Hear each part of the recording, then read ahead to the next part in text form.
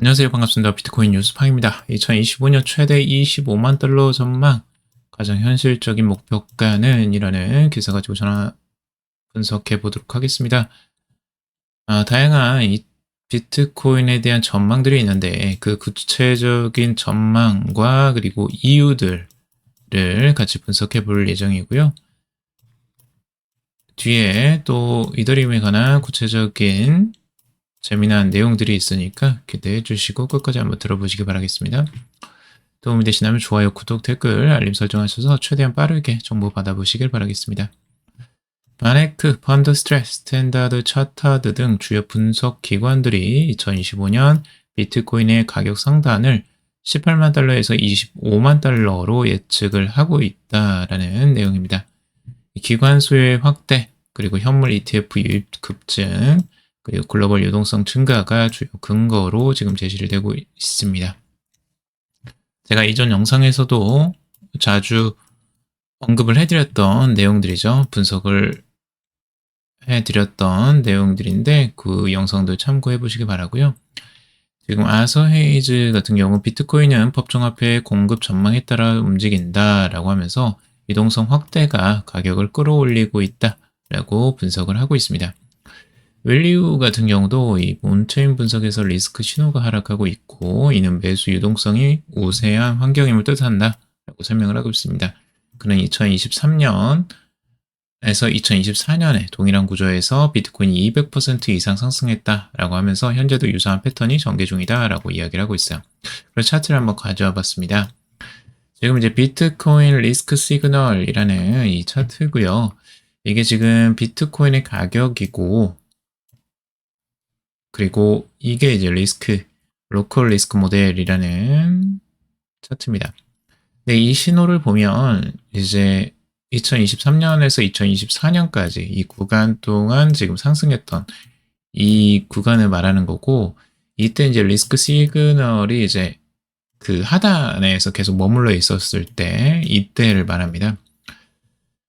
그때 지금 200% 여기 상승을 했다라고 이야기를 하고 있죠. 그래서 과연 이때처럼 이 구간처럼 200%를 상승할 것이냐, 그거는 이제 두고 봐야 될 일이고, 지금 그때와 이제 패턴이 똑같다고 이제 윌리오는 이야기를 하고 있는데, 지금 이제 이 시점을 지금 말하는 것 같아요. 이렇게 하락하는 이 추세, 지금 이 추세는 들어가고 있는데, 아직 이렇게 바닥을 막 이렇게 기는 이런 형태는 아니에요. 안타깝지만. 그래서 지금 현재도 이렇게 이제 하락을 하고 있지만 이 바닥까지 내려오지는 않았죠, 아직.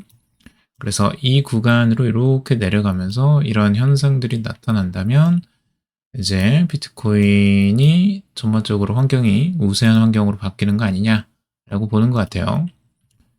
그래서 그 패턴에 맞춰서 지금 가격 전망을 하고 있고, 그리고 이제 2026년에 이제 대대적인 조정, 크립토 겨울 가능성을 다들 전망을 하고 있는데, 이번 사이클은 더 이상 내부 요인만으로는 움직이지 않는다라고 리오는 말하고 있어요. 비트코인이 글로벌 거시 경제 흐름의 이제 선도 지표로 변화하고 있다라고 강조를 하고 있습니다. 비트코인의 흐름이 최근에 이제 흐름이 좀 달라지긴 했어요. 과거에는 보통은 이제 나스닥이나 S&P 500과 괴를 같이 했어요. 그래서 오히려 이제 나스닥보다 하락세가 더 가파르게 이제 나타날 때가 더 많았었고, 과거에는 그랬는데 최근 들어서 이제 이 흐름들이 많이 달라졌어요. 오히려 나스닥보다 하락폭이 훨씬 더 적었고 굉장히 안정적으로 흘러가고, 그리고 상단으로 지금 돌파하는 흐름들도 나스닥보다 훨씬 더 반등이 좋았습니다. 그래서 지금 오히려 나스닥보다 굉장히 힘이 있는 것들로 이제 보여지고요. 그런 부분을 이제 많이 다른 요인이다라고 보고 있는 거예요. 내부 요인들이 훨씬 더 중요하게 여기서 바라보고 있고, 그리고 일부 분석가는 2025년 상단 예측을 넘는 이제 초강세 시나리오도 보고 있습니다. 언체인드의 이제 존 버넷 같은 사람은 국가 간 비트코인 비축 경쟁이 시작될 수 있다라고 전망을 하고 있어요. 그래서 2030년까지 비트코인이 100만 달러에 이를 수 있다라고 것이라고 전망을 하고 있습니다. 100만 달러를 예측하는 분석가들도 꽤 되죠. 캐시우드 같은 경우도 지금 이제 150만 달러를 예측했었는데 뭐 240만 달러까지도 전망을 합니다. 뭐 계속 올라가요. 마이클 세일러 같은 경우는 뭐 이제 1000만까지도 이제 뭐 보고 있죠. 그래서 뭐 끝도 없습니다. 진짜 전망은. 그래서 이거는 그냥 참고적으로만 보시기 바라고요. 미국의 재정 적자 확대 그리고 통화 가치 하락, 신뢰 위기 속에서 비트코인은 점점 더 유일하게 신뢰할 수 있는 희소 자산으로 자리매김하고 있다라고 이야기를 하고 있습니다. 자, 그리고 이거 재미있는데요. 이거 진짜 좀 이더리움이 새로운 좀 흐름을 지금 만들어내고 있어요. 샤프링크라는 이 미국의 상장사가 있는데 1조 원 규모의 이더리움을 매입을 추진하고 있다라는 내용이고 그럼으로써 주가가 20배나 급등을 했다라는 소식이에요. 이게 이제 무슨 소식인가 좀 구체적으로 한번 살펴봤는데 미국의 이 나스닥 상장 스포츠 게이밍 기업입니다. 이 샤프링크라는 기업이 있는데 이 기업이 이제 최대 10억 달러, 약 1조 3,800억 원 정도 규모의 주식을 발행을 통해서 이더리움을 대량 매입할 계획이다라고 하고 있어요. 그래서 이 정도로 이제 과감하게 이더리움을 매집하는 기업들은 아직까지 못 봤던 것 같은데 일부 이제 이더리움을 매집하는 기업들이 있긴 했었어요. 근데 이 정도로 과감하게 이제 들어오는 기업들이 이 최초가 아닐까 지금 저는 생각이 되는데 뭐 다른 게 있으시면 정보를 좀 주세요. 샤프링크 같은 경우는 이제 미국 증권거래위원회의 최대 10억 달러 규모의 주식 발행에 관한 요 폼 S3SLR을 제출했다라고 하고 있어요. 회사는 조달 자금의 대부분을 이더리움 구매에 충당할 계획이다라고 하고 있습니다. 와, 이더리움을 어떻게 얼마나 사랑하길래 이렇게 투자를 많이 하나 이렇게 이제 생각을 하는 거죠. 그래서 지난 27일 4억 2,500만 달러 규모의 사무증자를 발표했고 이더리움 관련 기업인 컨센서스가 주요 투자자로 참여를 했다는 거예요. 이거 이상하지 않아요? 이제 기업 컨센시스가 여기에 들어갔습니다. 이 컨센시스는 그 유명한 조셉 루빈이라는 사람이 이제 운영을 하고 있는 기업인데 우리 메타마스크로 유명하잖아요. 메타마스크 그거 만든 기업입니다. 그리고 지갑, 우리 지갑으로 유명하잖아요. 근데 요거뿐만 아니라 이더리움의 이제 공동 참여자이죠. 이더리움 공동으로 했어요. 근데 이 사람이 이제 여기에 투자자로 참여를 했다는 겁니다. 컨센시스가 이 샤프링크에. 그래서 여기에 이제 파라피 캐피털, 일렉트릭 캐피털 등 유명한 암호화폐 벤처 캐피털도 투자에 참여를 했다는 거예요. 그러니까 컨센시스가 아마 끌고 들어왔을 가능성이 지금 굉장히 농후하죠. 조셉 루빈 컨센시스 설립자는 주식시장에 이더리움의 투자 기회를 가져올 수 있기를 기대한다 라고 하고 있습니다. 이더리움 재무전략 채택 소식이 전해지며 지난달 31일 샤프링크의 주가는 20배 급등했어요. 엄청나죠? 이게 단순히 이더리움을 매수해서 이렇게 올랐다기보다는 이더리움보다는 이 컨센시스의 힘이 컸다라고 지금 보여집니다. 컨센시스가 이제 투자에 참여를 했다라는 게 굉장히 중요한 이슈인 것 같고요. 이걸 통해서 샤프링크의 주가가 20배나 급등을 할 수 있었다고 지금 보여집니다. 자, 근데 여기서 우리가 지금 봐야 될 부분은 이 샤프링크의 이런 행보가 이제 어떤 영향을 줄 것인가 하는 거죠. 지금 주가가 뭐 엄청나게 올랐다. 여기서도 이야기를 하고 있죠. 지금 컨센시스 소프트웨어 주도로 4억 2,500만 달러 규모의 사무 투자를 유치를 했고 지금 스포츠 베팅이나 이제 아이게이밍 회사에게 중대한 움직임을 나타낸다라고 이야기를 하고 있어요. 그러니까 이더리움을 지금 주요 재무 준비 자산으로 이제 채택할 계획이라고 하고 있는데, 이는 상장 기업의 대차대 조폐 암호화폐가 통합되는 역사적인 순간이다라고 이야기를 하고 있죠. 지금까지는 이제 비트코인이 계속 이제 메인이었었는데, 지금 컨센서스가 이걸 이제 완전히 판을 바꾸려고 하는 것 같아요.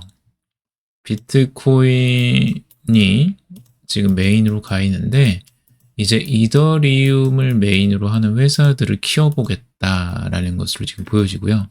자본 조달에는 그 유명한 이제 캐피털들이 많이 들어가 있습니다. 일렉트릭, 특히 이제 판테라 캐피털도 들어가 있고요. 갤럭시 디지털까지 여기에 다 포함이 되어 있습니다. 유명한 벤처 기업들까지 여기에 함께 참여를 하고 있다는 거. 그러니까 지금 컨센서스가 아주 작정을 하고 있구나라는 걸 지금 볼 수가 있고, 이 이더리움의 지금 공동 창립자, 그죠? 조셀 루빈. 이 사람이 지금 샤프링크의 이사회 의장이 된다고 합니다. 그러니까 직접적으로 진두지휘 하겠다라는 내용으로 지금 보여져요.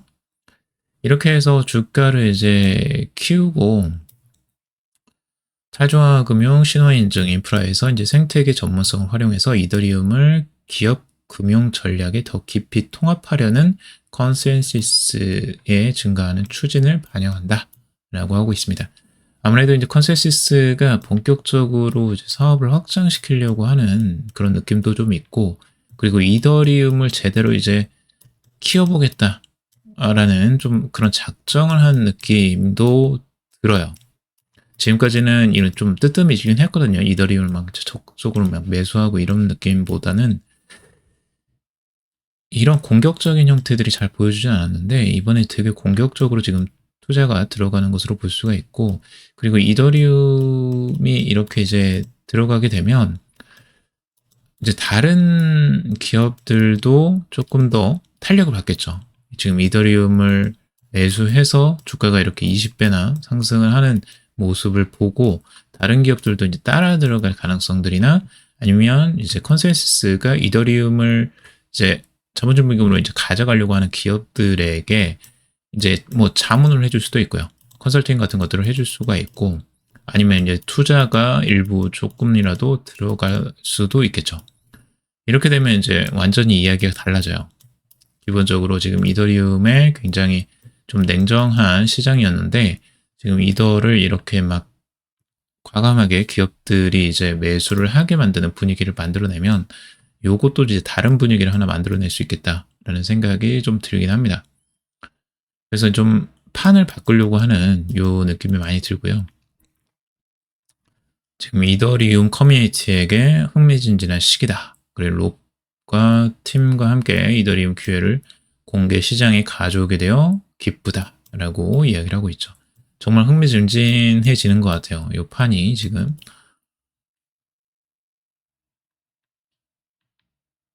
그래서 이더를 지금 이제 획득하는 새로운 기업들, 이더가 메인이 되는 기업이 이제 탄생이 되는 거고요. 지금 디지털 네이티브 기업들 사이에서 더 광범위한 채택 트렌드를 잠재적으로 나타낸다라고도 여기서 이야기를 하고 있어요. 그러니까 첫 미국 상장 기업 중 하나가 된다라고 여기서 이야기를 하고 있잖아요. 그러면 이게 이제 앞으로도 더 확대될 가능성들이 우리가 열어놓고 볼 수가 있는 거죠. 지금 이제 비트코인으로 많이들 재미를 봤잖아요. 기업들이. 스트래티지 같은 경우 그런 것들이 이제 대표적이고, 메타플라이닉 같은 일본 기업도 지금 그걸로 큰 재미를 보고 있고요.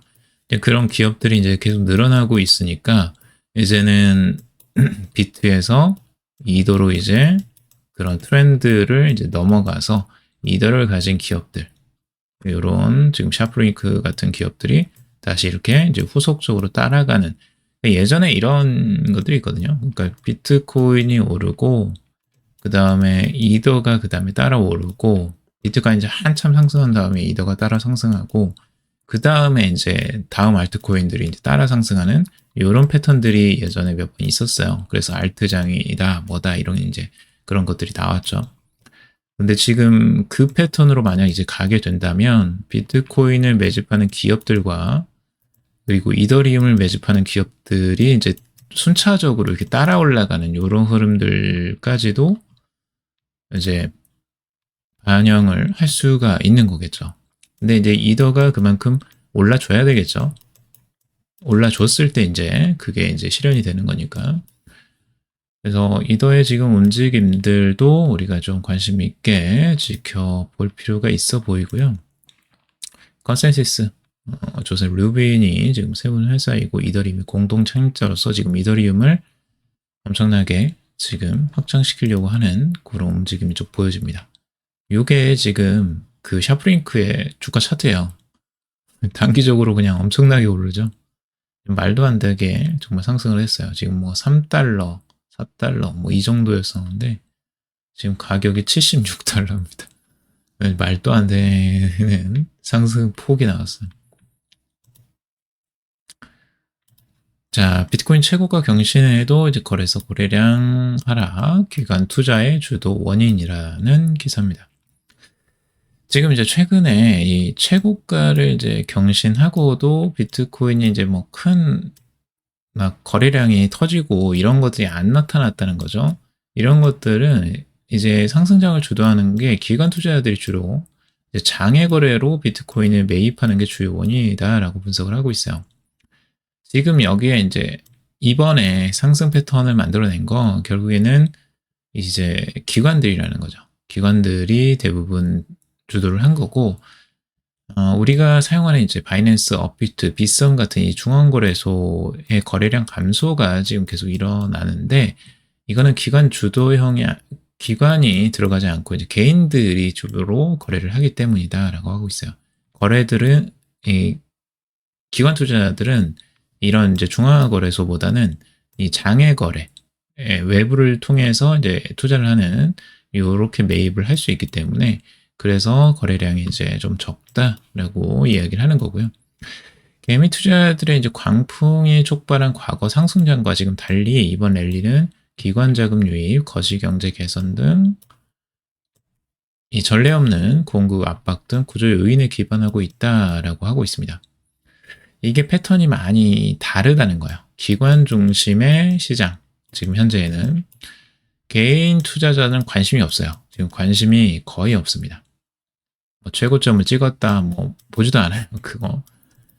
근데 이게 이제 이걸 구글 트렌드에서 보면 명확하게 지금 보이거든요. 전 세계적으로 지금 과거의 패턴과 지금 패턴을 딱 수치적으로 봐도 급격하게 개인 투자자들 관심이 검색량이 확 떨어지죠.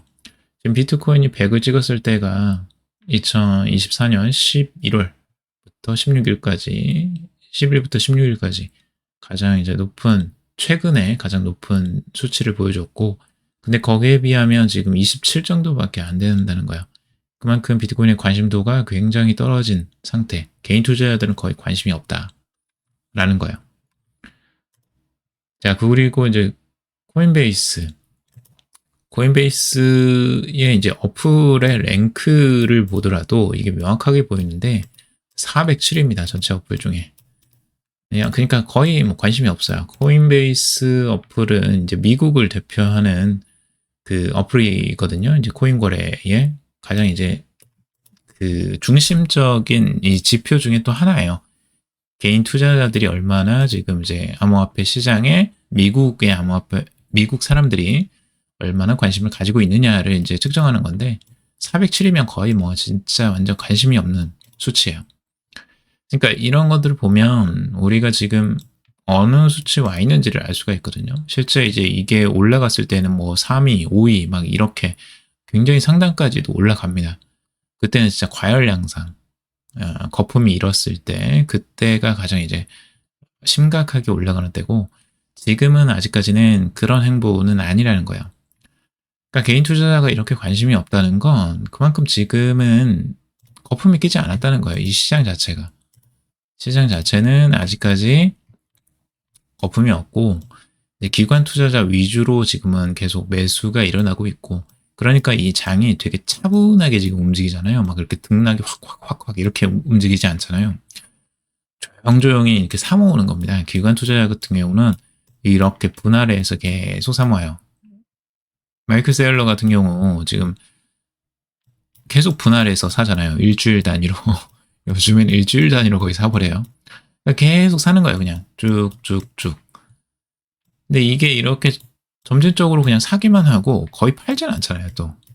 그러니까 이게 흐름이 굉장히 안정적으로 지금 요즘에 흘러가고 있는 거예요. 비트코인 자체가. 떨어져도 이걸 계속 방어해주면서 계속 사고 있으니까 지금. 그러니까 안정적으로 떨어지는 건 좀 덜하고 올라가더라도 아주 천천히 올라가고 이렇게 가는 겁니다. 이 시장의 흐름이 왜 이렇게 흘러가고 있는지가 이 지금 투자 패턴을 보면 우리가 알 수가 있어요.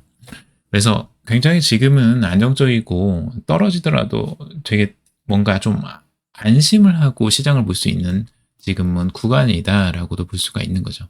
근데 이제 기관이 아니라 이제 개인 투자자들이 이렇게 막 들어와 버리는 요런 시점이 되면 그때는 이제 조심해야 되는, 정말 조심해야 되는 시점이 오는 거죠. 막 여기서 올라간다 했을 때 아마 이제 개인 투자자들은 그때 따라잡기 시작할 거예요. 그러면 이제 그때 막 이제 불이 붙기 시작하죠. 그때 이제 올라가기는 엄청나게 올라가는데 빠르게 올라가면서 그만큼 리스크도 이제 커지니까 급락을 할 가능성들도 열어지게 되는 거죠. 오히려 그럴 때는 이제 조심해야 되는 구간이 되는 거고요. 자, 오늘은 여기까지 정리해봤습니다. 너무 많은 말을 해서 여러분들이 또 도움이 좀 되셨길 바라고요. 도움이 되셨다면 좋아요, 구독, 댓글, 알림 설정하셔서 최대한 빠르게 정보 받아보시길 바라겠습니다. 투자에 관련된 정보들은 참고사항일 뿐이고 조언이 아니니 투자하실 때 여러분들 스스로 꼭 판단하시고 결정하시기 바라겠습니다. 방송 들어주셔서 감사합니다.